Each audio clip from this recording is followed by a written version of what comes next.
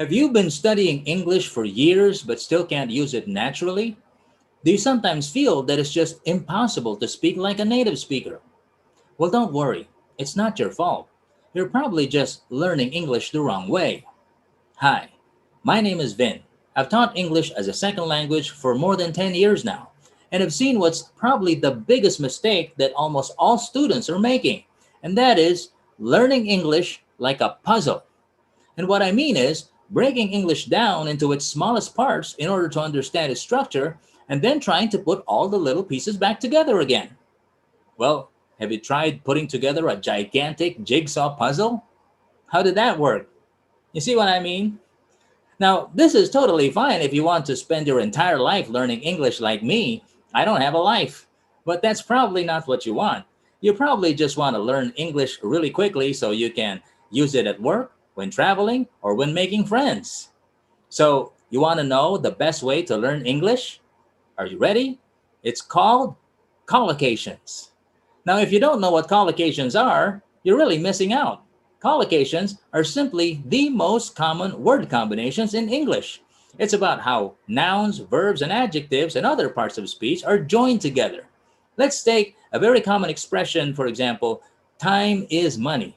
We know that time is a very common word, so we can use it to combine with many other words. But how do we know what these words are?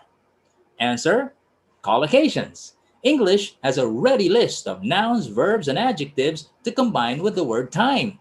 With verbs, we can tell time or have time or save time or spend time or waste time. With adjectives, we can have a short time, a long time, some precious time or valuable time, or some free time or extra time. With nouns, there's timetable or time zone. With phrasal verbs, we can pass away the time or run out of time.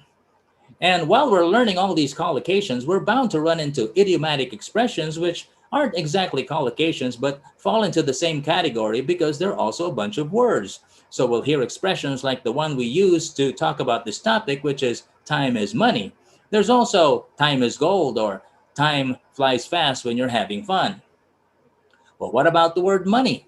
Well, with verbs, we can make money, earn money, save money, lend money, borrow money, spend money, lose money, or waste money.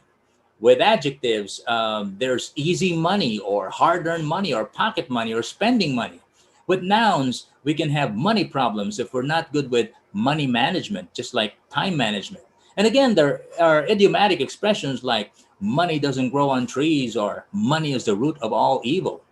So you see, by learning collocations, we would be learning entire groups of words that are all used naturally with other words, making learning English much, much faster. Now wait, I know what you're thinking. Can't we just make up our own word combinations by following the rules of grammar? Of course we can. And they might sound grammatically correct, but they won't sound natural like something native speakers would use. For instance, we can say a long time or a short time, but we can't say a small time, even if it follows the correct grammar pattern. Another example is we can make a cake or bake a cake, but we don't cook a cake. Well, I guess you could try. Let me know how that turns out.